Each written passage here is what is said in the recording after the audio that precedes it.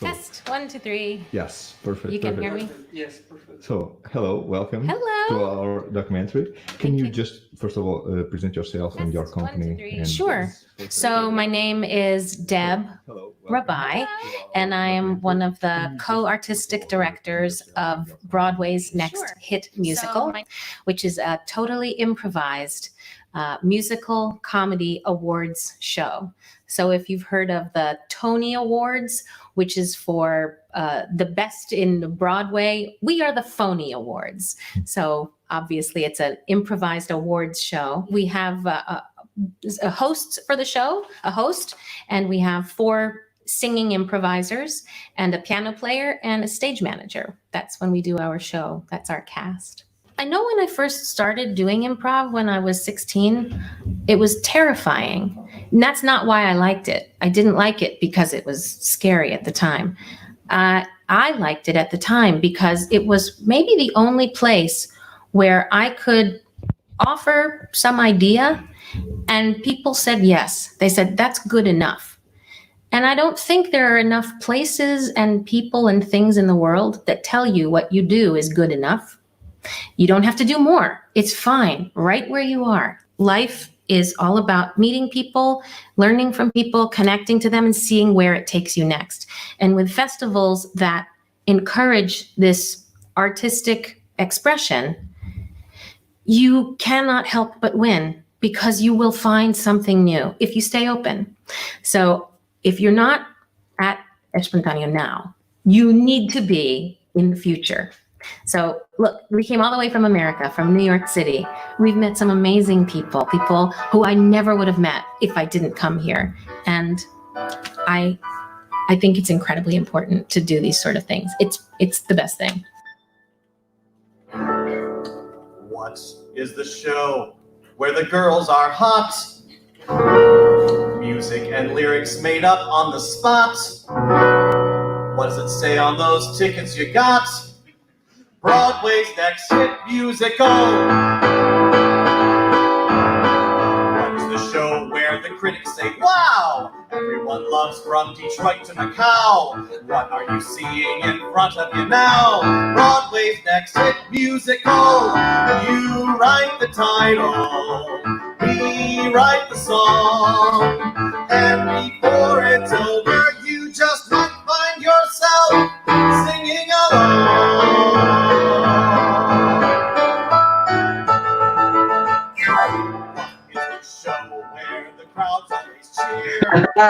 Ora, boa noite a todos, aqueles que nos estão a seguir, aqueles que também não nos estão a seguir, também merecem uma boa noite. Cá estamos para o último live que vamos fazer deste projeto IMPRO em Casa, um projeto que resolvemos criar naquele momento mais negro em que estávamos todos em casa e nós achámos que podíamos dar algum contributo colocando online alguns dos espetáculos do Espontâneo. E uma coisa trouxe a outra e a partir de certa altura resolvemos começar a falar com alguns dos improvisadores que fazem parte destes 4 espetáculos disponíveis no site www.improemcasa.pt. Cá estamos hoje para este último, a encerrar da melhor maneira possível esta ronda. Abaixo de mim, neste momento, pelo que eu consigo ver, está isto é por ordem de hierarquia, está o Ricardo Soares e no fundo da tabela está Nuno Fradique a tentar chegar para cima. Mas eu vou conseguir mudar isto durante este podcast. Ainda vou tentar conseguir aqui. Hoje estava aqui um sapo ainda. Hoje temos aqui ao meu lado, exatamente aqui, a improvisadora norte-americana DEB RABBAI. É cantora, improvisadora, atriz, comediante é tudo e mais alguma coisa que vocês possam imaginar. A conversa a partir deste momento deixa de ser em português, vamos passar a falar no nosso inglês macarrónico e tentar ter uma conversa que faça sentido com a Debbie Rabbai. Treinámos muito nos últimos dias o nível de inglês, por isso vão ver que aqui há técnica, inglês técnico. Inglês técnico que todos... Plenty. Exatamente. So, welcome, Deb. It's an honor to have you here with us on this last live talk that we are having with all with the guests from the shows that are available on improemcasa.pt. And you're the last but not the least, of course. And I made a little introduction of you. You're an improviser, you're a singer, you're an actress, you're a comedian, and I think that's enough, but I'm sure you can do a lot more things than this. And welcome. And first of all, Debbie, we are asking everyone. We spoke with improvisers from Brazil and from Spain, and we are asking, how is it going, all this period over there in New York? Debbie is in New York right now. Yeah, well, you saved the best for last, so thank you for that. Appreciate it. Yes, we are making like this so we can like put it away a lot. Yes, exactly. One and done. Yeah. So New York City is probably won't be forever, but the hotspot for this COVID-19 in the United States. It was the hotspot. So, you know, what they say about New York, the biggest and the best and the most. So we have the most of whatever it is going to be, the biggest of whatever it is. So New York, of course, had to have the most cases. We had to show off. It's terrifying. I'm not going to lie. I'm terrified. I actually enjoy staying at home. So even though I'm an improviser, an actress, and a teacher, and human, and I do like to go outside, I like staying at home. I enjoy my home. I live in New York City, right on Brodway. And let me tell you, it's expensive and I don't get to enjoy my home enough. So frankly, for the amount of money that I'm paying to live where I live, I want to enjoy it. Yeah. And it's calling me, yes. So. Okay. Yeah. Just take it. Yeah, take it if you want. Yes. All right. I know what it's going to be. Hold on. Hi, Dad. Yes. Oh, it's your dad. Okay, hold on a second, Dad. So my dad is saying he's on the website, improemcasa, but he can't find how to click in. We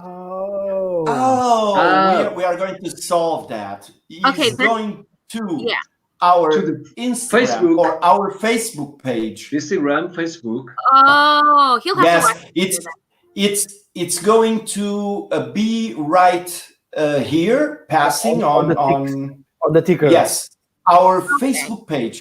Okay, Fabio is just arranging that, and if he goes to our Facebook page, then he can watch from there. But Marco, the ticker. Yeah, her father is not able to see the ticker. So he's not going to do this, but if you go to Facebook and you look up that improemcasa, the name of that, and you go to that page, supposedly or that's where YouTube or YouTube. Yeah. Or our YouTube. Oh, it's... You will. I'll watch it later. We will send it later, for sure. So you were saying New York, the biggest, the best. We were speaking right before we start this conversation. I was speaking to Debbie about we were fortunate enough that we were able this year. It seems so far away now, but in the beginning of the year, in the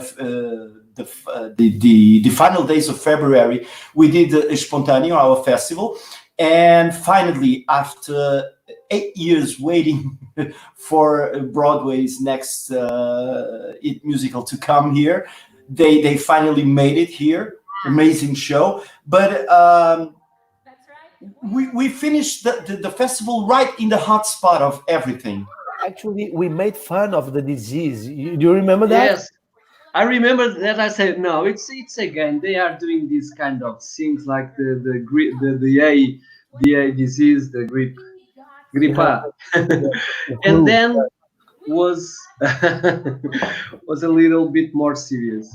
Yeah, I thought the same way. I thought in New York City, again, they'll say a snowstorm is coming and they'll make a big news story, a polar vortex, and then there's one snowflake. So I figured it's just going to be a little, something. I did not know it was going to be this. So I was totally wrong. And afterwards, when the festival was over, we were doing a lot of projects. We were doing a lot of things, and I think it was until the day we really had to stay home. We were not believing it would go this far. So I think you went through the same. No shows, no possibility of being with other people around. And I also have been following you. You are doing online shows. Yes. Every step you take. Every breath you You're doing online shows. Brodway is doing online shows. How did you went from? Was this idea something like we need to go? We need to do something, or it just came along the way naturally and spontaneously, like, guys, we better do something. Because in here, just for you to know, we discussed a lot between us and between and among the other companies, and about the need to go online, to appear online and to be on. In Portugal, we say "estamos on," which is like we are on, we are plugged, we are live. And then if it's just like a quick answer, or if it makes sense, even though. Yeah, so we noticed right when this happened. First of all, so me and my co-artistic director, Rob has a wife. He has 2 kids. That's a very big change in somebody's schedule where now your children are going to be home all day, and they're small. They're like 6, 7, and 9 or something. So that's a huge change. Plus figuring out finances and if there's work that can be done online, any gigs that you had maybe got taken online. So between everybody's lives at home changing, this had to be delayed. So we also noticed a lot of people were putting things out right away, and the quality was of varying levels of from terrible to okay to pretty good. And so there was naturally that feeling of like, well, I know I can speak for myself. I know I wanted to put something out. I wanted us to have a presence, but it's your reputation because it's going to live on after you're done. After this happens, in a year when people go, well, what did they do with their quarantine time? If you put something out that was lasting and good, it lasts and it's good. And if you put something out kind of crappy, people remember that too. So it lasts too. Yeah, it lasts too, right? So we talked about what could we do? Could we do shows? But we knew going in, there's Rob on the screen. Yeah. We knew going in that latency in terms of sound is a huge issue, right? So but with music, our improvised songs, the piano player is improvising what they play and we're improvising what we sing, and we meet in the middle. If one of those elements is delayed or not heard, how do you stay flexible to the other person? It's one thing when you're speaking, I can stop talking if you start, but when it's music and it's constant, there's the sound and all that. So we're like, how are we going to do this? So I know I'd heard from a couple of other improvisers that they had done something. I thought, how did they do that? So Rob and I had a conversation. How would we do this? We decided to, try 3 times a week. So Mondays, Wednesdays, and Fridays, 8:30 p.m. Eastern Standard Time. And we figured, well, let's do some of the show that we think we could do, which is getting the made up song title from the audience. That's easy enough to do in the comments, and setting it up. This is the song from that musical. And then we thought, well, where do we go from there? So then we talked about on your own place at your home. Yeah. Well, Okay. just like we're doing now, everybody in their own place. Okay, yeah. And finding a platform that would allow us to do this. So whatever one you StreamYard or whatever one, we're doing one through, it ends up on Facebook Live, but it's through a different platform that we send to Facebook Live. So then the second night on that Wednesday, we thought, well, we'll do something around costuming or, making the person put their costume together. So we did that. And then the third night, we thought, well, hey, what about trivia? People tend to like trivia. So we did musical theater trivia. And then that next Monday, have the person sing the song. But again, music and playing it in the same moment, Rob had an idea to do one thing, and we've not yet been able to do it, where the piano player is actually playing live. So what we did instead was the piano player would listen to the setup of the improviser. It's this song from this musical, it takes place in this kind of a part of the world or whatever the story is. And then they would go ahead and improvise an entire instrumental track influenced by that. And then Monday, when the person was going to improvise the song, they would send that as an MP3 to the improviser. And I was the guinea pig. I went first. And then I had a little Bluetooth speaker. Yes. And I would put the song. Yeah. Yeah. Oh, good sound. Play it through there, having never heard it before. So I didn't listen to it before the moment I hit play in front of Facebook. Now, unfortunately, there's only like 20 people watching. We would want 200 or 2,000 would be even better. But I've been improvising for about 30 years, and I was shaking afterwards, literally shaking afterwards, because it was terrifying. There's a huge possibility for failure. I don't know where that song is going to go. And if I don't follow, how do I get back on track? Because the track already exists. So I was scared, but it was really, really fun. I loved every minute of it. And I want to say one thing, because it's time now to see, because our people are seeing us, and now your father is here. I think it's your father, Joseph Rabbai. Yes, it's there. It's saying, I'm watching Bravo. So let's see. So he's watching Bravo, Johnny Bravo. He's not Johnny Bravo. Now it's okay. It's okay. And more. We have here some friends that are here. Let's start from the beginning. We have here Ruth that watches and see. Ruth Lizard, you know Ruth? I don't know. Maybe you met there in the Espontâneo. or maybe not. Or maybe not. We never know.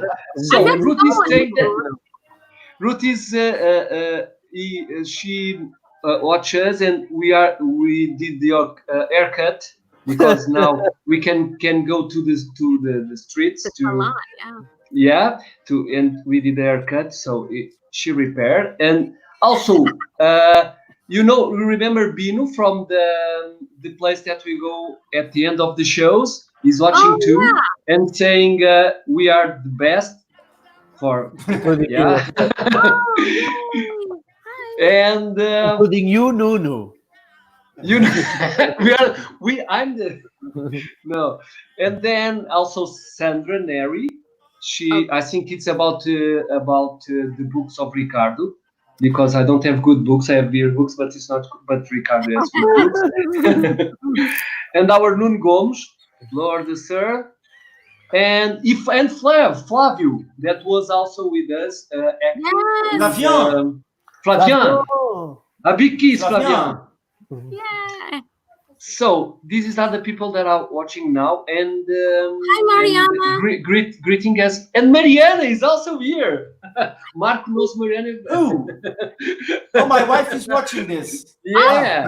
Oh, is that who that is? Is that Mariana? Yes, Yeah. yes. Yay! Because we will go to that story in afterwards. But yeah, forever we are bonded. My life Yes. and Brodway's next. Thank God, musical. I'm joyful for that. You have to say this story. You have to tell this story. Later on, I will go to that story. But I want to, because everyone, Debbie, I must say this: everyone who watched your show fell in love with you, because I don't know why. There's a lot of cool names in improv from the United States, and we were fortunate enough to meet some of them, like Susan Messing, for example, from Chicago, and many others. But I don't know. You need to fix this. Brodway Next Musical. It was a huge discovery, a huge boom, surprise for everyone, because almost no one had the reference who you were, and we were like, yeah, you need to work on your international yes. Really you do, because in the end everybody really fell in love with you, and no one could. I fell in love. I already knew you, Debbie.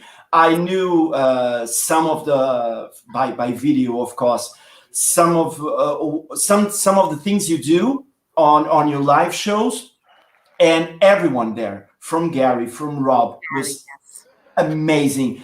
But I must say that I really fell in love with one person from your company.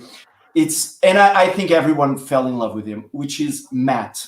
He is an absolute talent. Because I don't know, he's on the screen right now.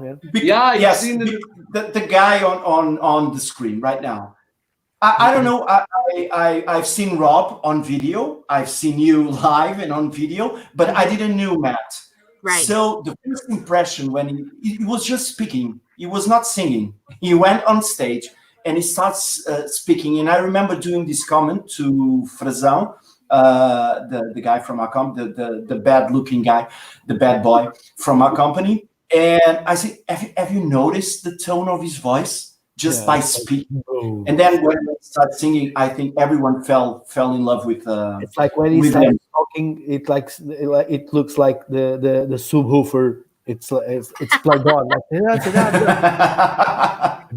No, but you were all amazing. But everyone fell in love with your show, and I would like to go a little bit into the concept of your show, and if you feel like, because it's a hell of a concept. It's simple, and it works very, very well. So you start by asking the audience to write titles of songs. Made up. Yes. Yeah, and from that point on our perspective here as beginners, it's crazy what you do. Can you go a little bit through the structure of the show? Just don't need to really get deep, but as we can see the images now, you're just picking up the titles, and word to you, Debbie. What goes from that point on, where people write the titles?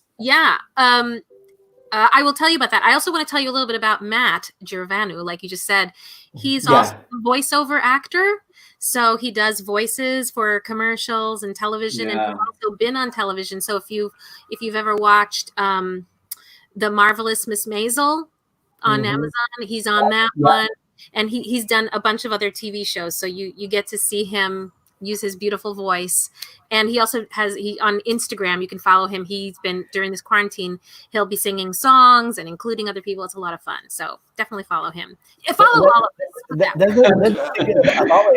It's like don't make me bad, but it's like a flirter. He comes and he starts to speak Portuguese, to try to speak Portuguese, to try to understand the things, to try to eat the things, to drink the things, and to be and to get into the things. It's like I don't know. It's like if it's just techniques or if it's true. I feel it's true, but it goes like deep inside. He tries the sentences to sound like Portuguese, which is in the show one part was Matt talking with the audience to convince in Portuguese, saying like they don't understand. I'm going to talk with you in Portuguese. Vote in me. It was like this. But it was really fun. It's amazing. And he has a fan for sure, which is my wife. We follow, completely. If she's watching now, I don't know where she is now. But my house is a huge palace. So no, but he put out a video. You were there too, where he was singing Sinatra. If I'm not wrong, if it was not Sinatra, it was a classic song. Yeah, it was called "We'll Meet Again." It's actually from the 19. We'll Meet Again. Yes. Yeah. In the 1940s during the war, it was like a kind of a unifying song for people, which is why he did it now, because we're kind of all separated. So it's amazing. You all must follow Matt on Instagram for sure. But Debbie, let's go back to the show. Oh yeah. People write the titles, and then from that point on, so people write magic down. happens. That's right. So people write down a made-up song title, put it on a little slip of paper in the lobby or wherever, and then put it in a fishbowl. And all of those titles are collected, which you see on the screen. I'm going there to pull one out. Yeah. And well, actually, no, this is a different part of it. But that's what happens. So we pull it out, and in that moment, it's everything, right? So you look at the suggestion, and as an improviser, of course, you're going to say yes. We only get rid of titles that are dirty or inappropriate. So when we tour the country, we've been touring the country for about 8 years, and the show is sold as a family-friendly general audiences show. So that means that, in terms of the material, it needs to be family appropriate, something you'd be comfortable with your grandmother watching or your 10-year-old, son or daughter. So we are mindful of that. So sometimes if we get a song title that is inappropriate, that's one we will go, okay, we're not doing that one. During 2016, during the United States presidential election, we got many song titles that were Hillary Clinton and Donald Trump. And it was exhausting, and we hated everything. Right? And it still happens periodically where we'll get Donald Trump song titles. And for me, I won't do them because it's exhausting, and I don't want to. If you go from, as improvisers yourselves, that moment when you're inspired and you're like, oh, wow, I see a world of worlds. And then sometimes something happens and everything shuts down, and you're like, not only am I not inspired, I don't want to be inspired. There's nothing, I don't want to contribute to this. Yeah. And so that's what happens to me. So when I get a title like that, but sometimes you'll get a title that is not Donald Trump or inappropriate, but it's the same with us. It's like bathroom. Right. Bathroom humor, or not the same thing, or maybe it is, but the things that it's good that we are touched and inspired, and this is good that we connect with the audience, but in a good way. If the audience give us things that make our eyes brighter, shining, it's that kind of thing. Exactly, Nuno. So, and sometimes, like when my father, who's watching, he'll say, Debbie, help me figure out a song title to write when I come to the show. And so it made me think, well, what would be a good song title? Like, what are the elements of a good song title? So I think some of the elements that make a good song title for us are that it doesn't require you to play a famous person. That you don't have to play Kim Kardashian or something as you're singing this. I don't want to play Kim Kardashian. I'd rather invent somebody else. So something that's not limiting like that. I find song titles that are descriptive, or they address an emotion or a place or an object. Those are kind of more fun. Yeah, as you say, made up, because this kind of title surprises, because you never heard about them, and then you are surprised and discovering in the moment with the audience and you, and this is a creation process that is happening. And this is beautiful. Yeah, exactly. So those would make a good song title. So we get the song title, and then in that moment, our minds are racing, right? We look at that song title, and we know now we have to figure out what musical this is going to be from, what made-up musical, and what's the story, and where does it fit? It's insane. This is insane. So here's a little insider trick. What we try to do. So, you know, as improvisers yourself, you know, you have rehearsals, and people are like, "How do you rehearse improv?" Well, we don't improvise. We don't rehearse the actual improv. We rehearse the skills, the things that you have to do to make it happen when it's happening. Yeah. So in that moment, when we look at the song title in rehearsals, sometimes we'll practice the thought process of who would be singing this song. Just like an actor, if you get a monologue, you don't know who's saying it, who would be saying these words and why? Why are they saying them? So if I get the song title, The Door is Open, I might think, who would be singing about an open door? And the way that, and everybody's different, right? But my mind goes to, maybe that door was closed before and now it's open. So that now gives me an idea of, oh, this can be an important moment in the show where the door has been locked up until now. Maybe I'm a captive. Oh, maybe I'm being set free. And now I can discover, and this happens, of course, in like 3 seconds as you're saying it, and your audience is laughing and your mind is racing so quick to think of something. It all happens like that. So say the song title, you say what musical it's from, go broad, give the story of that musical, and then you go a little smaller and say, and this scene where this song is, where this is where it is in the musical, and this is what's happening. And then we have another improviser or whoever we called out come and we improvise that scene that we just announced, and then we improvise that song. So that's the first part. We do 4 different ones of those. So each person comes out as if they are presenting a nominated song for the Phony Award. Exactly.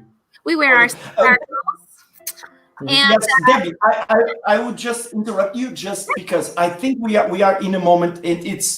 We did not do this with any other show or we any other guest we spoke to, but we're going to do this with you. We're going to show a little bit of the show. Okay. Because in your case, we really need to watch this because it's unbelievable what you do. Just a couple of seconds. Just yes, please. See this made-up song in the moment you're doing. Fasten your seatbelts. I'm going to ask for a little bit of sound on the video. Wait, I don't even from remember. our Fabio.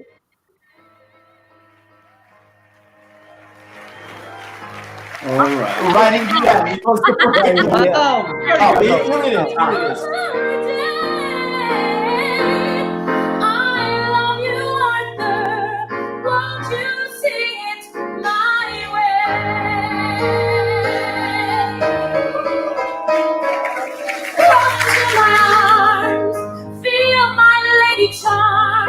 I will turn your life around. Not sure what you will feel it too.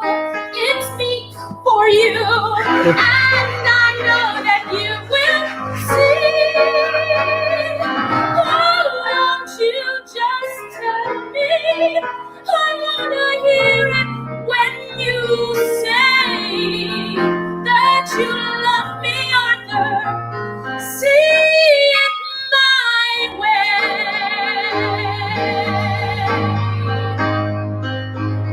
And that's it. It's feet that are warm, but I can make them cold.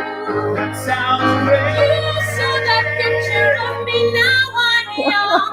You saw one of me when I was young. And our life together, Arthur, it will be a dream. Just you and did you eat coronavirus ice cream? Yes! That one was the suggestion. Coronavirus. We'll be back to the conversation, Debbie.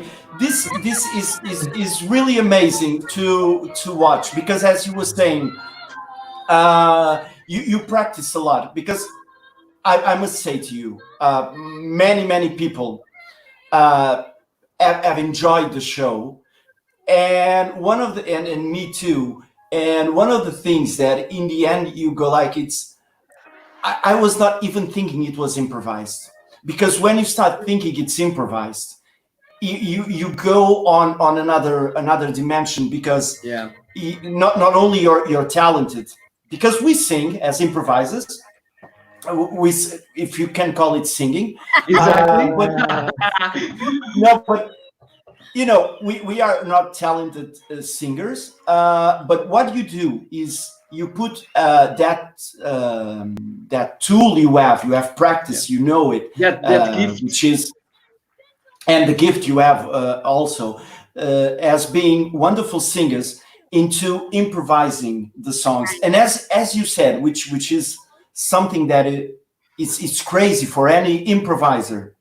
We know we need to think really fast. It's a matter of seconds for you to make a decision and to find your own answer.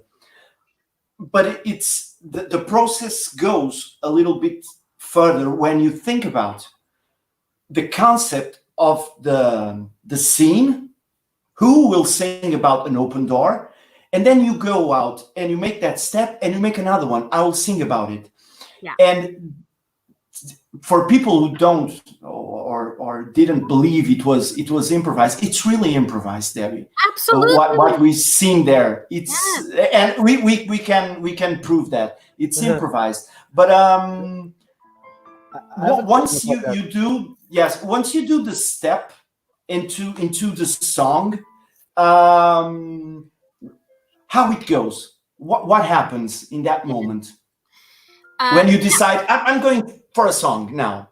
Well, that's the thing, is it's not only just you deciding that. Sometimes it depends on the piano player that you have. We had the very incredibly talented and skillful Gary Adler. I mean, this is not your typical person. He's really a master, and he's really masterful in lots of ways. So, you know, he's watching the scene too. And what we're looking for when that song is going to happen is kind of an emotional peak, like when words are not enough and now you have to sing about it because it's so powerfully emotional, right? So that's something they might be listening for. Let's say maybe you don't get there. Maybe the person speaking, you know, the song title, I think mine was My Way, right? So maybe in my mind, I'm thinking, I really feel like it's time to sing. Two things might happen. I literally might just start singing. I might go, there's a place, and wait for a moment to see if Gary will underscore. And now we have to find it together. That's harder. The third thing is in the sentence, I might say the song title a few times. You know, I love you, Arthur. Won't you see it my way? My way. This is my way. That's telling the piano player, hey, maybe you might want to start playing right now. Right? I think for you was more challenging, because when I heard My Way, we remembered My Way of Sinatra. And was not what we want in this show. It's that give us made up titles, and that one we identified. So for you was like a extra difficult to let's take this Sinatra way, and now I have to do another My Way. Right, I think it was more difficult. That's right, Nuno. And that happens to us with some frequency on the road. We'll go to Middle America and it's very clear. We have signs out in the lobby, you know, make up a song title. This is a yes, that's a no. And people will still write, you know, staying alive. And you're like, really? It's not clear to you, huh? Really? Yeah, you know, and I think that what happens is people get nervous. it's kind of what I was saying in that documentary little piece at the very beginning of this. Yeah. People think whatever they write isn't going to be good enough. So whatever is coming from their own imagination won't be good enough. So, I better do something that already exists because I know that's good enough because they wrote a song called Stay Alive. So people do that. They just don't feel empowered to be creative in the moment, that they really can trust that what they're going to write is going to be good enough. But I will tell you this. If given the chance, I would still take My Way over having the song title Coronavirus Ice Cream. Of course. I pulled that as the lyric. So that the one, when I did that song, we have a special thing we do there where the person improvising, as they're explaining the show, they say, oh, and there's this special thing, which is this one lyric that was so meaningful and searingly poetic. And it's this. And then we pull it out. And of course, I pulled out coronavirus ice cream before we even knew what coronavirus was going to be. Yeah. So it really was, that one was exciting because now I don't have to make a whole song about coronavirus ice cream. I can just find a way to sneak that in the middle of the song. And that's a fun way to use something challenging like that. You know, because then I'd have to do a whole song about coronavirus ice cream, which could be fun. But in that moment, I think having a song title like My Way is easier in a way because it's more simple. And also, even in terms of rhyming, just for me, the rhyme A, way, bay, gray, okay. Like those are all easy to come up with. If I was going to, you know, try to, I mean, ice cream is also pretty easy too, but still it's a little, when you get a word like that, I tend to focus on the first part of the word. So I'm thinking, I have to rhyme coronavirus when it's really just ice cream, you know, but your brain thinks in the moment, you get nervous. So. And so from yeah. Okay, what were you saying? You were talking about the poetic things, the poetic part of the show, and I was wondering because probably you noticed that the Iberian and the Latin American improv shows are more kind of poetic, not like poetic, not like your show is not poetic, but the American style, it's much more funny, you know, much more like a laugh per minute. And the Iberian and Latin American shows are more like you know, artful, artistic, and I don't know. You I know what you mean. This was I'll just interrupt because this was a subject and I will go a little bit later on because I had it here. But I just to exchange a few ideas with you because I don't know if this is something you have heard about even, but it's kind of a discussion here in Europe among the only improv nerds. People. Okay, that's us. That's me. That's you. That's us. No. But which is the thing about is there an American improv way of North American or it's not even North American. It's an improv that you can only find in the US. Is that a style or not?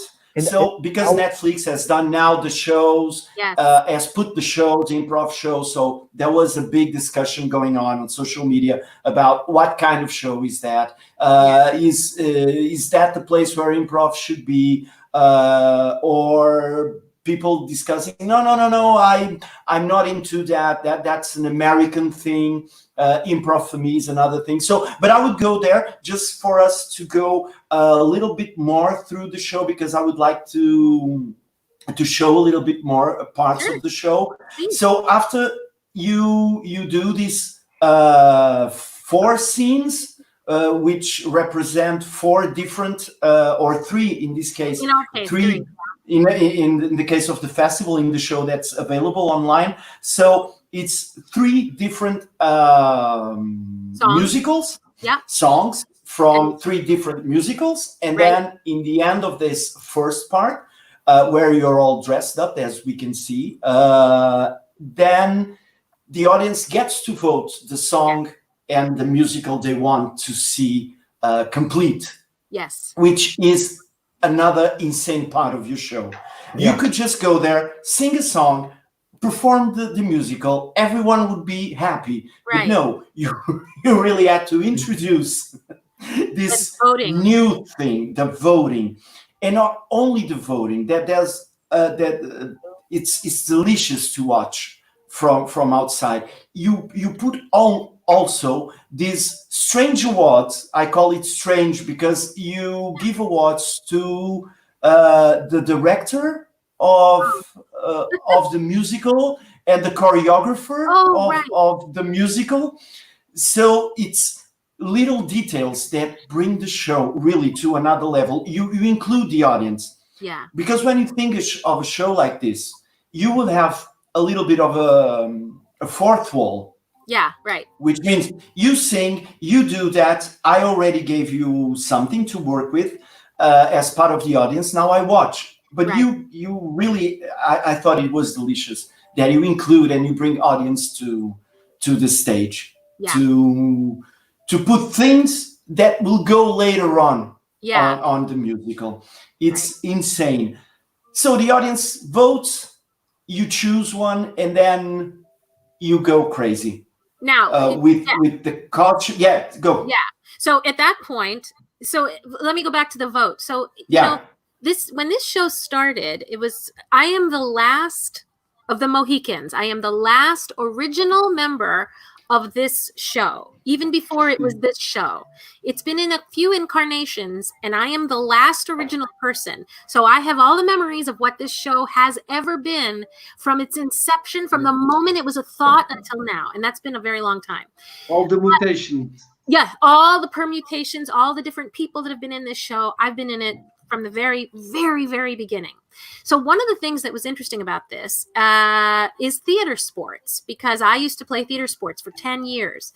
And a version of this show that existed was when theater sports was happening. And so at the theater sports conceit is, you have the teams of improvisers, of referee, and then the audience would vote. We would do it where we had judges, but if we didn't have judges on one night, the audience would, by applause, decide which team would get the points. So this was kind of a pull through from that. Mm-hmm. And the referee ends up being the host. Now, the show that you saw in Portugal, we were supposed to have a designated host, but you know what happened with that. That was wow, talk about everything, Murphy's Law, right? So it was supposed to be a designated host. Just like in theater sports, you have a designated referee or MC. Same thing here. In our case, we shared the hosting abilities. Each person, we rotated. We had to be flexible as improvisers to make it work.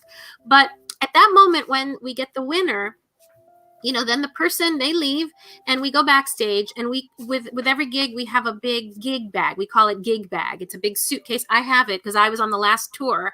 So I have the big costume bag with me, and we bring it everywhere. We have wigs and hats and buttons and doodads and Beatle whatevers. And we start rummaging through to gather the costume.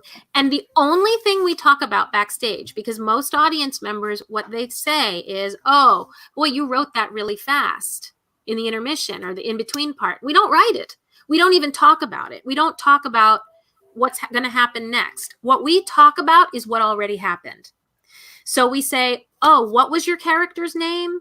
Oh, you were a princess. Oh, he was your father. What was his name? It took place in the castle, or it took place in at a beach.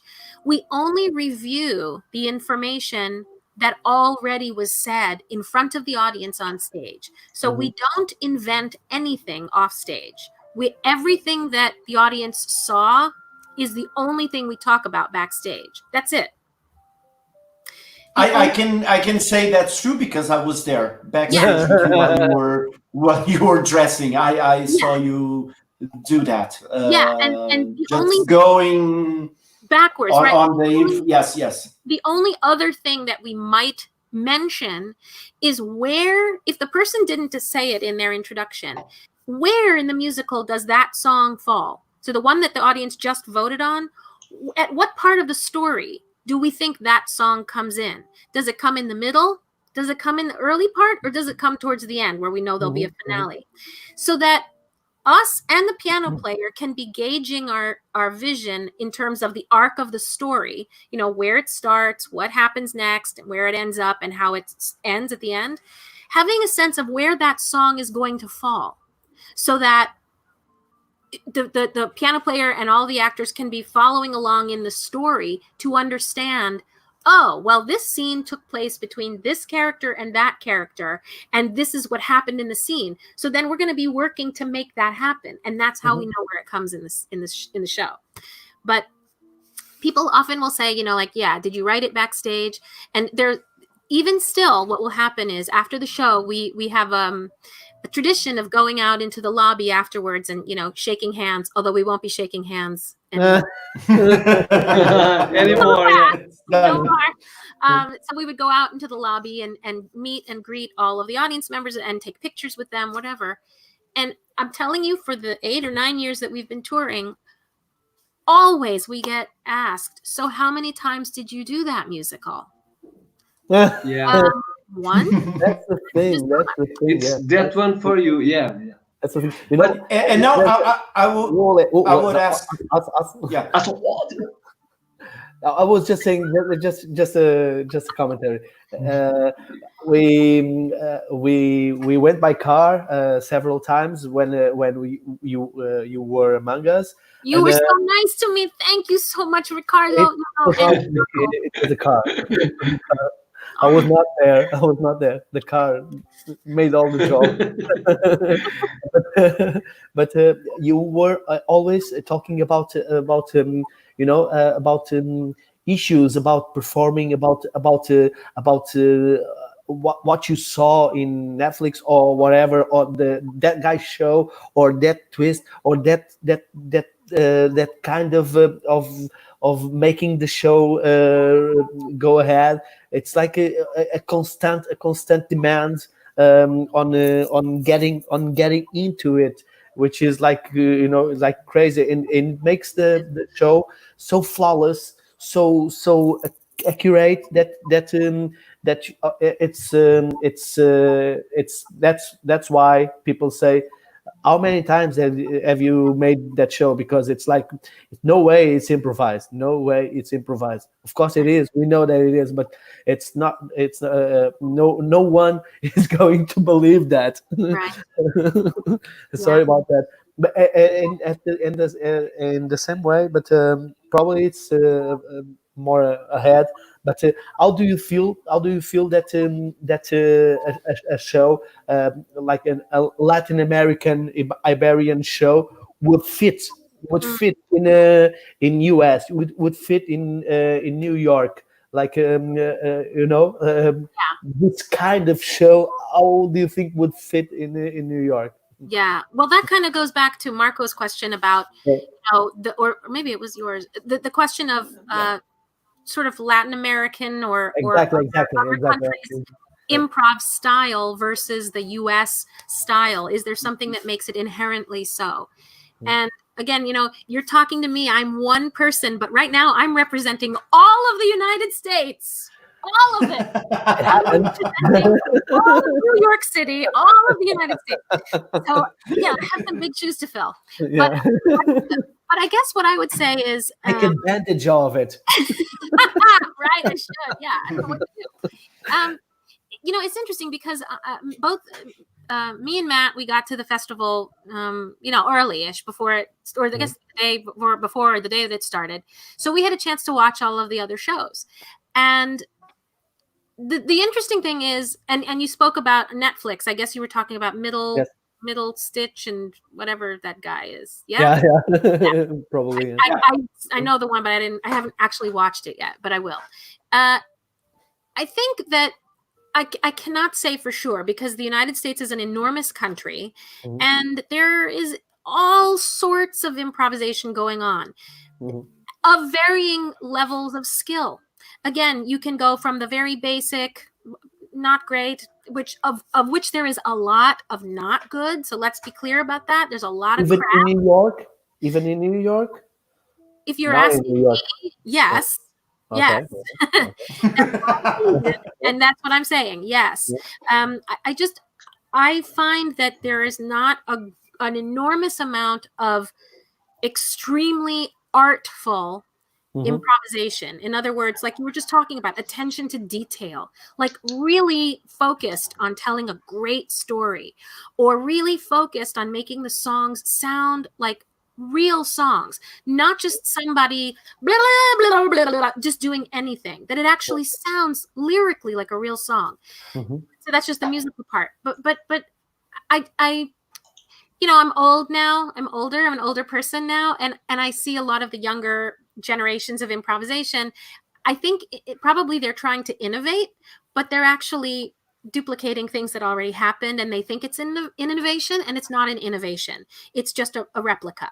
So I see a lot of things where they think they're being counterculture or very interesting, and hey, we're going to break the rules and we're going to do it our way, and it sucks because it's actually just not good. It's just not good. But it's counterculture.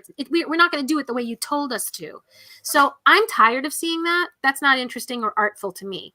But there are definitely companies across the country that do things that I think are artful. They are creating theater that happens to be improvised. For example, I'll give a little kudos to my Los Angeles buddies. You know, they do an improvised Shakespeare. They do an improvised Twilight Zone. Improvised Jane Eyre. You know, they're taking improvised Tennessee Williams, improvised Shakespeare. These are artful concepts that you can't just, you know, I'm going to do it. I decided yesterday, and tomorrow we're going to put the show on. No, these are things that require study and education. You have to learn what is it we're actually trying to do. What's the authentic theater style? And then how do we replicate it? How do we make it that it's so realistic? It happens to be improvised, but that's irrelevant. It happens to be amazing theater. So to me, that's dedication and attention to detail, a great respect for this art form. It's disposable, sure, but that doesn't mean like it's a worn out tissue and you just throw it away. It's just it's ephemeral. It's gone with the air. And that's why you have to enjoy it in the moments it's happening. So what I saw when I was at the festival, I saw some absolutely beautiful, artful work. And I think that in America, yes, there are going to be some audiences for that. I would say in general, across some portions of the country, you're not going to find an audience for that. So it's got to be faster, louder, funnier. Fast, loud, funny. Get to the point, because people don't care. So you've got to, and I know my background is narrative, improvisation, storytelling, and theater sports. I was with theater sports for 10 years. I was with comedy sports for 5 years. So I'm very, very adept at short form improvisation. So I can do short, loud, funny. I can also do long form or narrative of one storyline, one suggestion, and the thread of, but that's only because I studied it. I didn't just decide it. I studied it for years and years.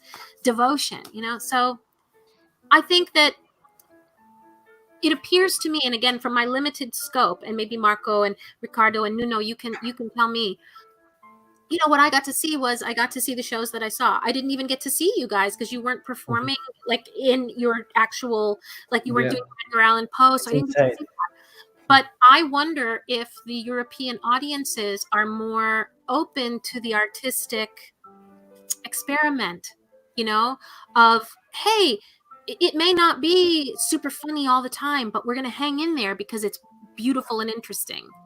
And I don't necessarily think in New York City, you have so much competition for the dollar and for your attention. We have a whole Broadway full of musicals and theater and everything every night. So that's why I was asking, because it looks like it could be like you know, your tiny spot, not yours because you don't need to, but for someone like to shine in a completely different way, not competing with you guys, because you're absolutely, there's no competition, but to go in another way. But I don't think it's happening that in Portugal or in Spain. It's like it's not that what you were talking about. It's not that obvious. But yeah, that's it. That's the thing, Ricardo. You see, here people won't come. Like they won't come. And depending on if your livelihood depends on earning a living from getting people to sit in the seats and pay you money, If they don't come, the audience defines the value of what you're doing. Yeah. Next, yeah. And So- I would introduce a little bit of my opinion on that. We throughout the years we've seen everything from European improvisers, Latin American improvisers, North American improvisers, and there's a difference. But there's difference always. Yeah. What I see, the main difference is, but I think it's connected with culture. Like you were saying, the improvisation that comes out from the United States, it's effective. It's really effective. It's respectful for the audience, at least what we've seen. Right. It respects the audience because it's very effective. Like, you're here. We know how to put a show. You're not in an experiment. Yeah. Right. Yes, you're here. You're gonna see the show. I'm gonna give you the best of me. Another thing is, you don't see many amateur improvisers coming out of New York. The United States. Yeah. The demand on getting an education on arts, on what you're doing. It's something that I cannot compare to Europe. In Europe, and that's my case, you start because it was something you've tried once, and then you start your road. You learn by doing it. It's not like we have so many schools as for example, the United States, and where you can learn. For example, there was no improvisation school. There's still no improvisation school in Portugal. Improvisation is a completely unknown figure on the artistic way. Yeah. People often go and look at improvisation as one part of theater, a really small part of theater that has no life by itself. Right. So what I see from the United States is very effective, very respectful to the audience. That as also another side of the coin, which is sometimes you see a lot of, this is a format that works, and there's quite nothing beyond that. You know what I'm saying? It's not like in Latin America, you see people much more open to mix things, to put things in a mixer, and then it goes from mixing clown with improv, with dancing, with music, with whatever. I think that the most experimental shows we've seen come from Latin America. Yeah. And this is really connected with their culture, or with the different cultures from Latin America. For example, from Brazil, they are really close to the American way, to the North American way of thinking, which very effective on most cases. But then you go things like, for example, Gigi from Colombia was on the festival, very experimental, very theatrical. The approach she does, it goes back to the roots of theater, and creating narratives and looking from a different perspective. Sometimes it's not so effective with the audience, because if you ask me, in Europe, exactly the same. We like it loud, funny. The louder, the funnier. Yeah, it works. When you go a little artsy on the things you're doing, too much. You need to balance. Yes, you need to always think. If I go too much, if I go too artsy, or if I go really experimental, you will reduce by half the number of people that will be watching you. So I think here, and we are grateful for that, for doing the festival and get in touch with so many realities, is that, like we were saying, in the end of the day, we need to be effective. We need to give the best of us to the audience, respect the audience. But then you need to balance with, this is what I need to say, this is what I need to express. Yeah. Sometimes it's not easier, because loud and funny, it works. Yeah. So this is kind of my point of view. I don't know if there's a North American way of improvising. I think there's a culture behind Yeah. what you do. And sometimes it needs money to survive, and I have to do this because I need the money. Right. And sometimes I'm an artist, I will do whatever I want. Right. So it's about to find a balance, I guess. It for reminds what me. I see. What you're saying, Marco, reminds me at the beginning of my acting career when I was just a little baby in my early 20s, and I would do a lot of shows. I would do sketch, I would do improv, I would do variety shows, I would do plays, and I would invite everybody to everything. And the thing that I learned after doing that for a period of time was, the quality of the things I was performing in were of varying levels of good, right? So one show would be excellent. Another show would be not so good, not because of me, but because of, either the venue where it was in, whoever the other performers were, it was kind of a falling down place. But at the time, it was like, come and see me perform. And I didn't protect my audience, the people who I was asking to come see me, right? So at a certain point, I realized, wait a minute, I need to protect my audience so that when I invite them to something, they know the quality will be from good to excellent, that I'm not going to invite them to stuff that's from good to bad. Even though as a young performer or artist, you do need to cut your teeth. You need to have the experience in front of an audience where you learn how to be a performer. But that doesn't mean I'm going to invite all my people to those things. So it's the same thing where, yes, artists and improvisers, we need a place to try stuff out in front of an audience.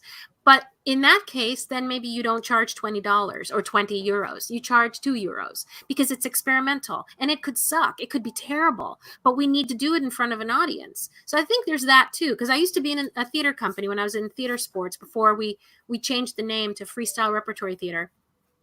When we stopped doing just theater sports, we did like 7 or 8 different shows, improvised shows of varying qualities because they were experimental. And that had to do with the leadership of our artistic director. She was all about like push the envelope, try something new, create and invent a show, and let's put it on its feet and let's see what happens. And I respect that. And I think that's how you become a better artist, is by trying things. But on the other hand, like I said, please don't invite all of your people, because then they're going to go, well, you know what? When Ricardo invites me to something, sometimes it's really good and sometimes it's terrible. So I'm probably not going to always come. But if that's what happens with me, with Ricardo. Ricardo, your secret's out. Come on. But you know what I mean? Like, you have to create a trust between you and your audience that when you invite them to something, it's going to be something that they will be happy that they came to see, that they're happy they spent the time, they're happy they spent the money. You know, when I was young, I was doing improv shows that were not that great, but I still invited everybody. And after a while, I stopped doing We that. don't have more friends to invite now. Yeah, exactly. Nobody's going to We are out of friends. We are always, let's this come. Yes, come, no matter what. I totally get it. No, and But and it's the thing true. is, Here. yeah. Sorry, we start at. Go. I'll start about here in Portugal. 2 things, because I heard a lot of what we are saying all together. And in Portugal, in improvised theater. Now Nuno is playing is making the statue number. Yes. Sorry, my connection.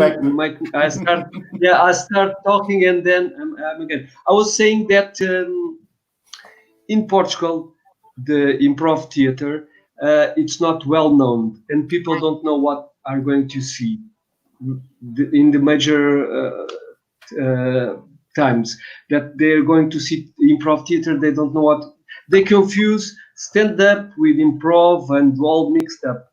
So it's difficult when people go to see a thing that they don't know, they don't have reference of these kind of shows, and then they see a show. Sometimes they see a show because we have all kinds of different shows of improv, But as you said,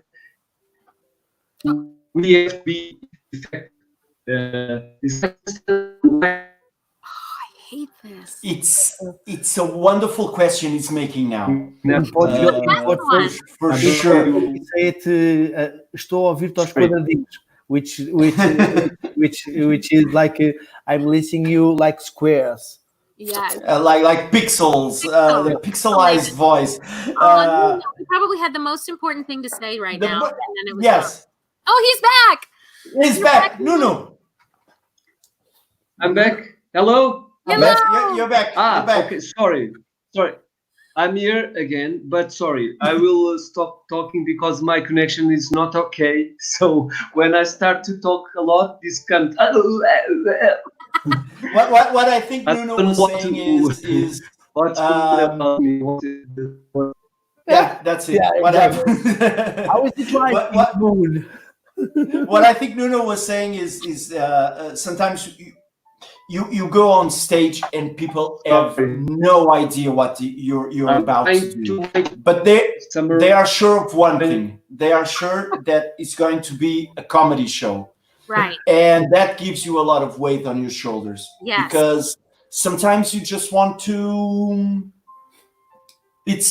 You don't want to make you are not there to make people laugh. You are there to tell a story, Right. and the comedy will come along the way. It will happen, but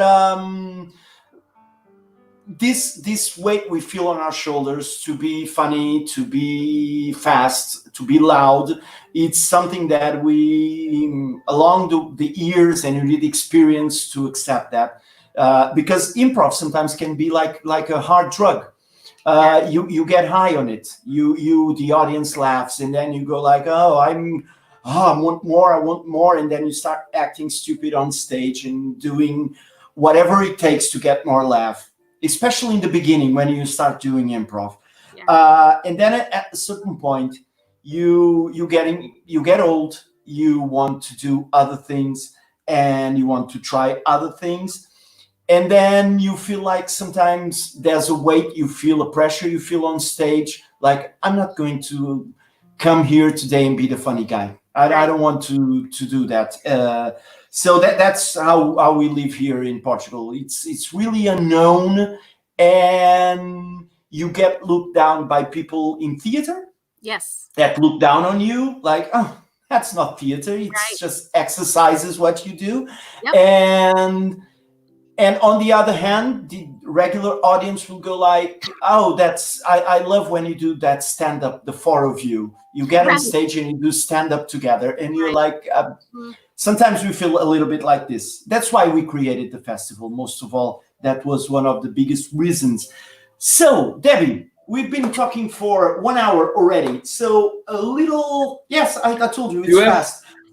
We have two stories to tell Yeah. here. Yes. Sorry. Yeah. So we have stories to tell. The first one is, you said, and I don't want to leave that unnoticed. Everything was going perfect on you coming here to Portugal. You were going to be four of you on stage, and then in the last minute. Remember me the name of that cast member of Brodway's? Pat. His name is Pat. And he got stuck on the airport because his passport didn't allow him to travel to Portugal in the last minute with the ticket on his hand. So he didn't came. And then you had to change the person that would host the show, because on the show there's a host. Yeah. It was Rob that hosted the show. I did. We all did. All three of us hosted. But that particular part that takes us to the second part of the story, it was made by Rob, who was not supposed to do that part, because that part was going to be done by Pat, who stood in the United States without coming to the festival. Right. And wait, let me interrupt you. So even us, me, Rob, and Matt, we didn't decide who would do that middle part. We didn't even decide. When the show started, we didn't know. All we knew was whoever song won, they would not do it. So when okay. one, I knew it's not going to be me. I'm going to get off the stage and either Rob or Matt is going to stay and do it. And so none of us had decided. So, okay, keep going. So even that was So, and everything was improvised. And what happened was, I've been together with my wife. We're not married for 12, 11 years now. I'm not sure. I'm getting older. You stop counting years with all of this. And we have a kid, and we've been to some kind of a roller coaster in the last years, personal roller coaster. And so we said, we're going to get married. And I said to her, yes, we're going to get married next year, which means not 2020, but 2021, we would get married. From that point on, I was sharing with the guys, with them and all the people from Instantâneos. I would like to propose her, to make a surprise proposal, marriage proposal. Should we do it on the festival? Should I do it on the festival?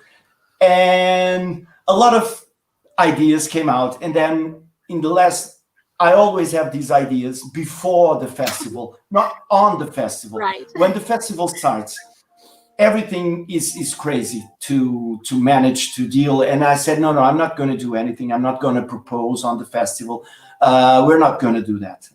So cancel all the horses, all the cakes, everything. All the dances from Russia. I'm not going to do that anymore. What happened was, I don't know, it's on video. We had one part of the show where Rob took a sentence. I'm going to ask Fabio if he can show that part, because Fabio has the video. And on that part, the song titles that didn't get he's just talking to the audience, right? And he pulls one out, and the sentence says, I don't remember the sentence.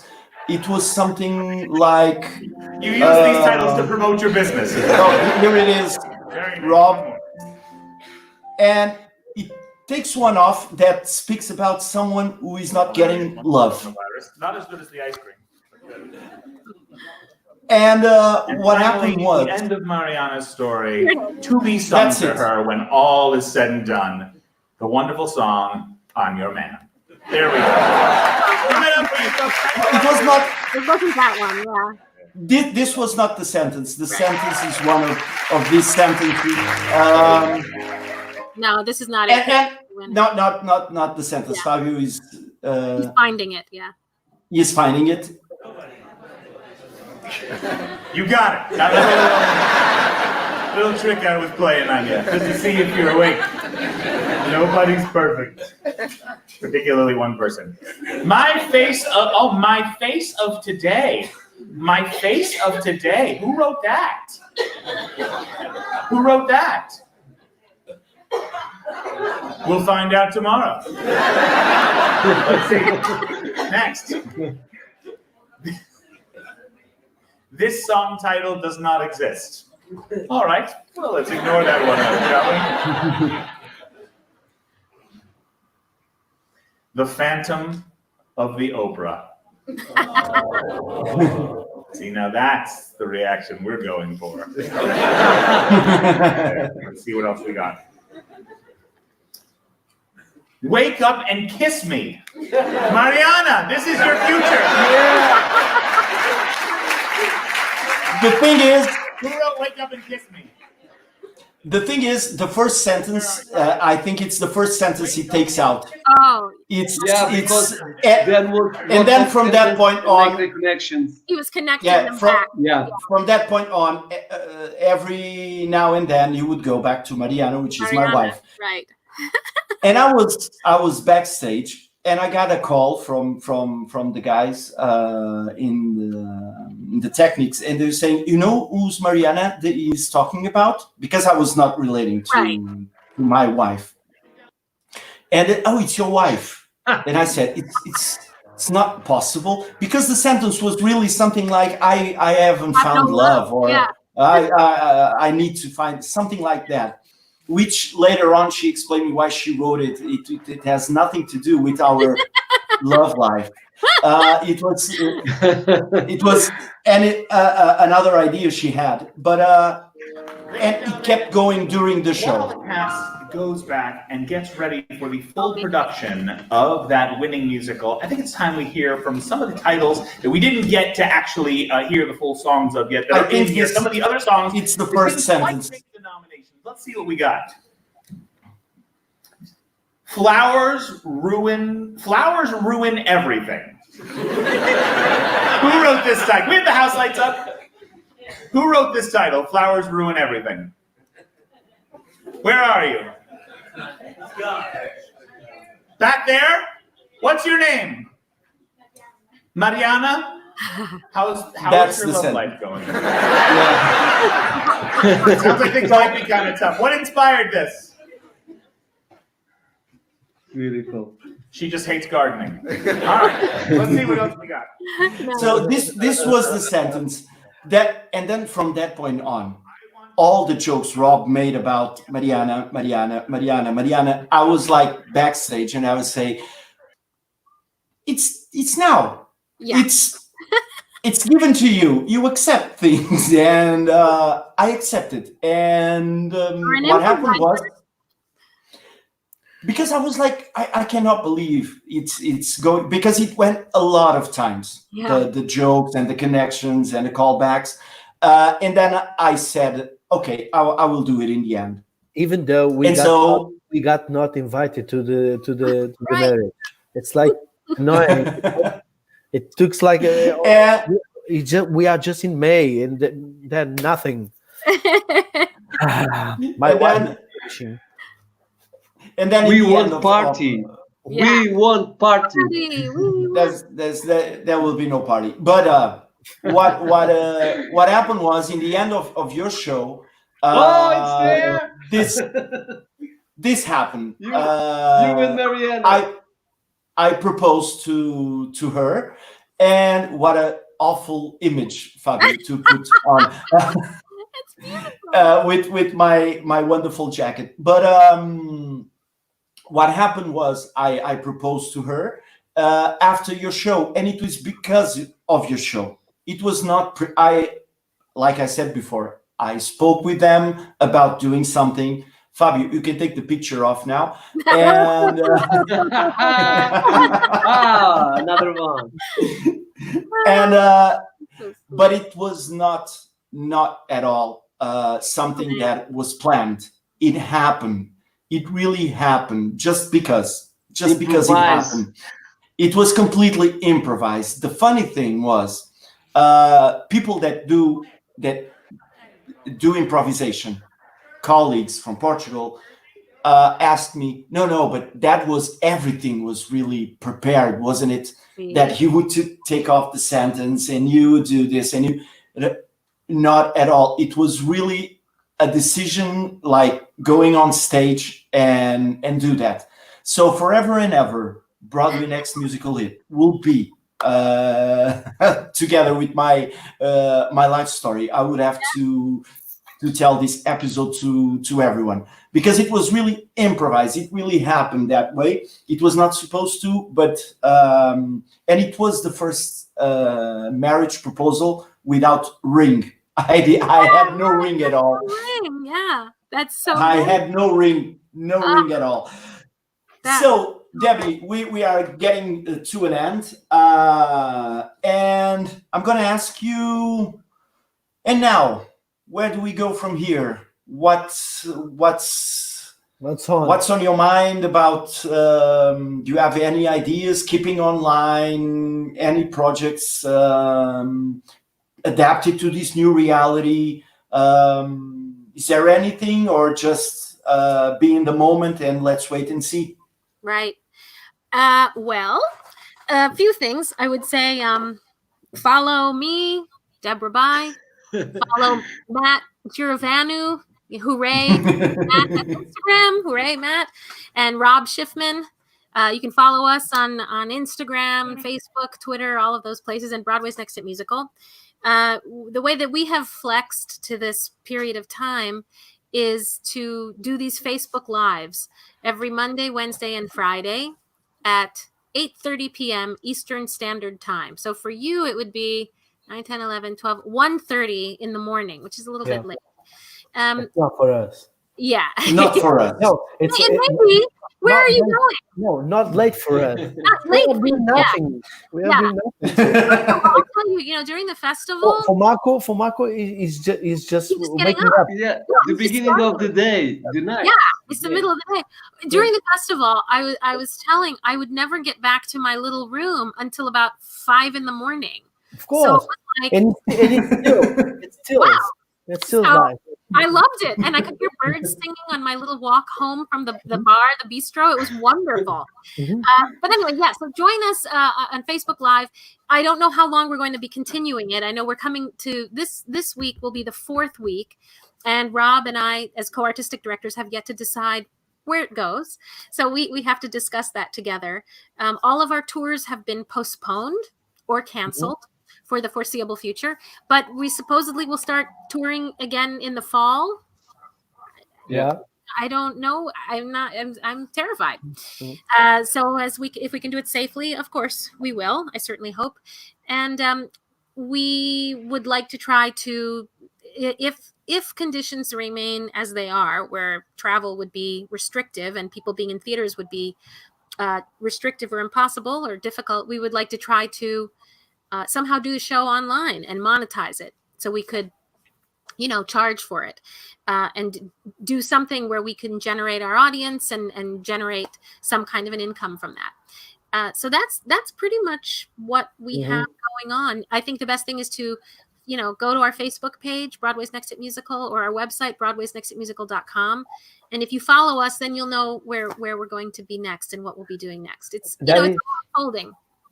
I'll do the rest of the guys are leading with the thing, because because you're so careful about yourselves in scene. I noticed that on a singular particular way, which was you stop doing a blackout and you start doing a blue out, which means we are not stumbling upon things, and just because we are improvising, we will care of each other, and we'll take care of each other, and more. The show, it's going on. The blackout, it's the definitely a finish of the show. So even during the movements in the blue out, people still can see you. That's the part of the show. So you take care of yourself during the show. How are the people dealing with this period and to make shows like this, improvisation? Yeah, it's challenging. And in the show, like you said, we had the blue out and not a blackout, so that we could see each other and not crash into each other and not jump into the furniture. So that's something we do on the road too. We learned that, we don't want to be in a complete blackout. And actually the audience kind of likes to see it a little bit. We make sure that our lighting people can see us, so that they will understand, when we're on stage, turn the lights on. So we have to make sure everybody can see everybody. So we're about to close. I'll make you a promise. No, we can stay here. We'll stay here, but we'll forever. We will keep for more 2 hours or 3. I miss you all terribly. I before you go, because I don't see you in Zoom world or here. You have to understand how important and how meaningful it was that you welcomed us so beautifully to the festival, and just taking such excellent care of me and the show and all of us. And it means the world. And I hope that we can come back someday. I would love to come back and do the show and visit all of you. I think you're all fantastic. And that's really a promise. I will make to you right now.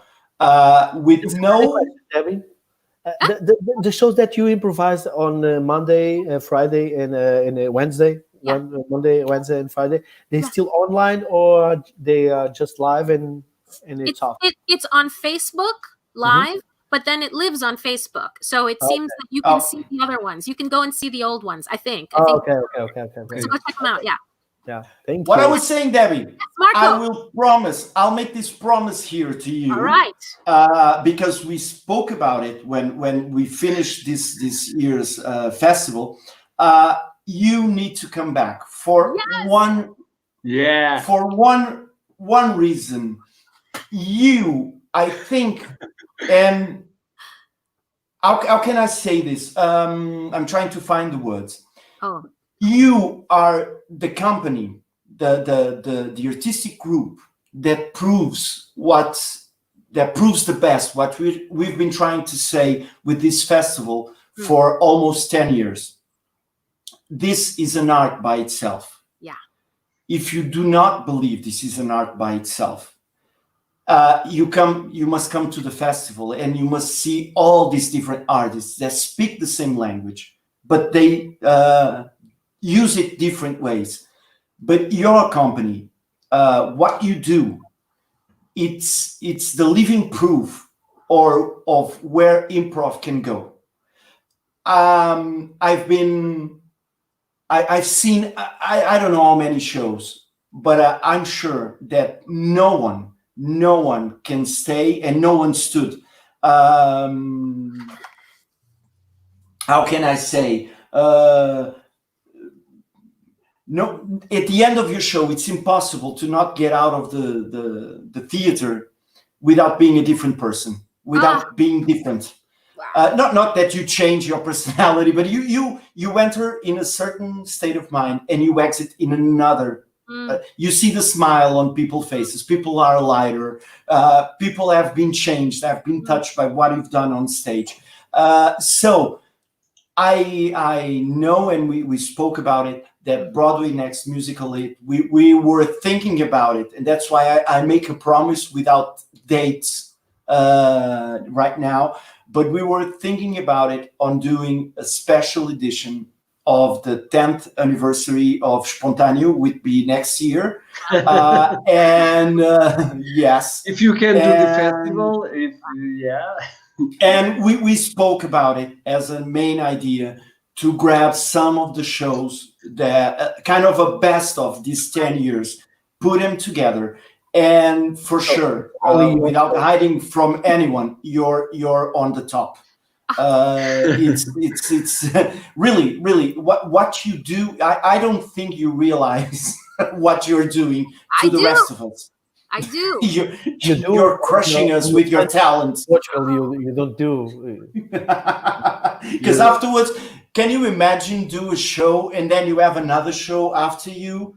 Yeah, right. I would go on stage naked. That was my best shot to get people attention, and it would be depressing, I can assure you. No. But it would last 10 seconds. No, but but for now, what we can advise to everyone watching and that will watch this afterwards is go to the website improemcasa.pt, watch their show. It's amazing. You can, even if you don't understand quite well English, it's American English show. It's easier. The show it's a musical. gone. It's a musical. It's funny. It works on TV. It was one of the choices. That's why we asked you, because we know this show would work on TV wonderfully. And it's connected with my personal story because of the marriage proposal, which is not on the video and will be not on the video. No, because my wife said she wasn't dressed enough for the occasion. So it's out of the video. Anyway, Fabio if you pay a few bucks more, you can get that video. Right, exactly. You can see the afterwards. But Debbie, thank you so much. You're a wonderful person, a wonderful teacher, a wonderful artist. It was an honor. It is an honor for us to have you as our friend. We will meet again. For sure, the promise is made. Like I said, it's secret to no one now that we love you, and I think it's the best way we can close this conversation. No. Last question, very quick. Yes. Best dish in Portugal. Best? The best food. Best meal. The best food that you taste. Yeah. Wow. Well, I don't know. I got to tell you, that's funny you say that. Well, first of all, I love pastéis de blame. I love that. Of course. The question is more difficult. A fusion dish that would combine a New York dish with a New York meal with a Portuguese meal. I don't know. Oh. I had it one time. Well, first of all of that food at that place was amazing. That place near where I was staying. The market, yeah. Oh my God. The market. It was amazing. So anything that I had there was all of that. That was all my favorite. But then the second time I met you, Marco, when I came there, I don't know, 3 years ago or whenever it was, and I did the music improv workshop with you at Olga Kadava. We went out before for lunch, and I had, what was it, bitok? Yes. Oh, yeah. My favorite, my all-time favorite. It's a classic. Marco. I think I need to expand my eating in Portugal. I need to taste more things, but I need a Portuguese. Of course, you need. If you choose bitok, you have to ask for more. Yes, exactly. Yeah. Sardines. I love the sardines.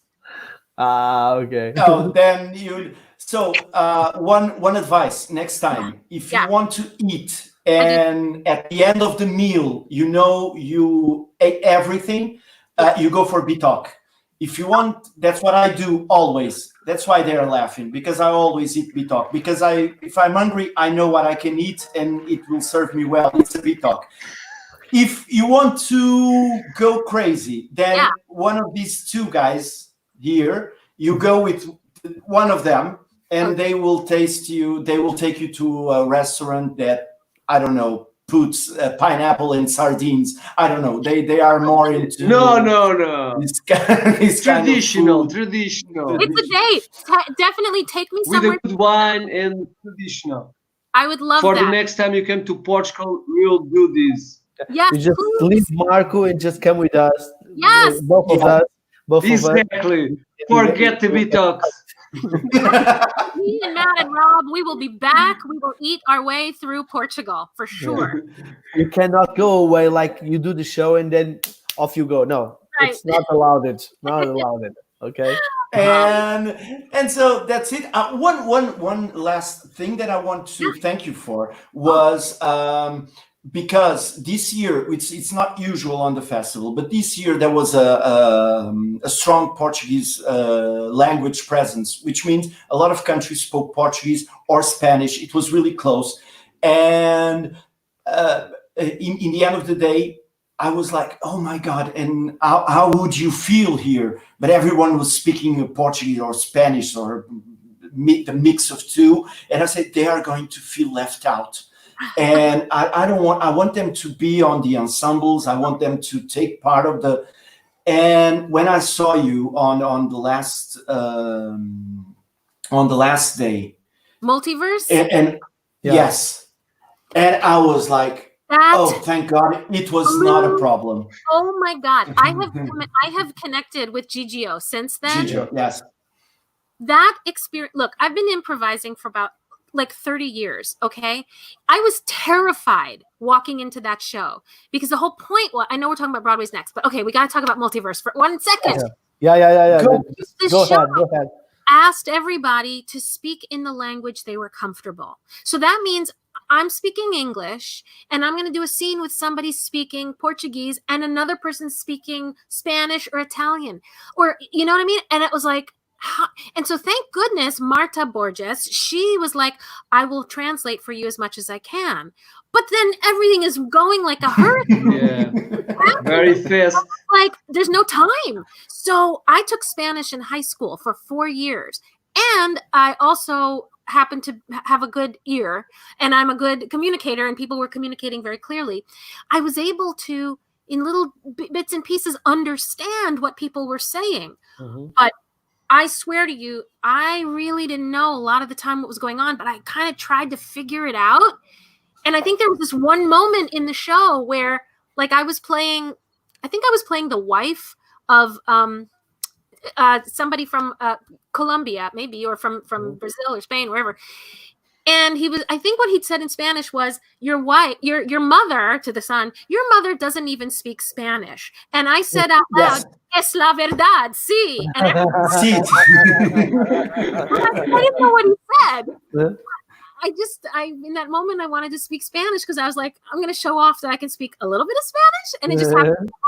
But Gigio created an amazing format, and that he welcomed me in, and that I didn't mess it up for the whole show. I was just so happy, and I felt artistically stretched in an amazing way after doing improv for 30 years. So keep saying yes to scary things. Yes. It was for me. It was a relief because I was really scared in the end that because I know how it is to be in a place where you don't speak the language and you kind of start putting yourself aside because you don't feel part of it. And then when I see you on stage and Matt on stage as well, I was like, no, it's and the surprise of you and Matt could speak a little bit of Spanish and could understand not everything, but almost everything of what was going on stage was amazing. And that's why you're the proof. You need to come back. That's the reason why.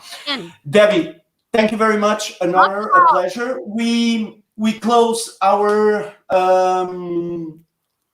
Gigio is sending you hugs and kisses for everyone, and kisses for Deb. We're a big family. At least we hope we are a big family, improv family. That gets connected around the world and across oceans. This is it. This is the end of our talks. It's not the end of Impro in Casa, because all the 4 shows are there, 4 amazing shows. Tomorrow, Brodway's next hit musical show will be online. For now, we say goodbye. But not for long. We have other projects in mind. We are going to be back, I hope, real soon on this online world. And the promise is made. Deb, you'll be back. Brodway's next hit musical will be back. Stay safe, Deb. Big hugs, big kisses from us. And big kisses, until next Deb. time. Miss Deb, you. Don't unplug. Thank you for unplug. everything. Don't unplug. And yes, and we will finish with a song, Fabio. I'm going to ask you this. We're not going to ask Deb to sing, but we will show one of the songs from your show as a teaser for the show that will be fully online tomorrow. Big kisses, Deb. We love you. Thank you. Yes. Thank you.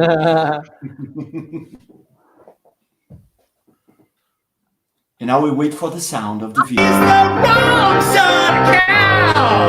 The wrong side of cow. The wrong side of cow. And we gotta stop her somehow. She's the wrong side of cow. She's the wrong side of cow. And I'm not talking later. I'm talking now.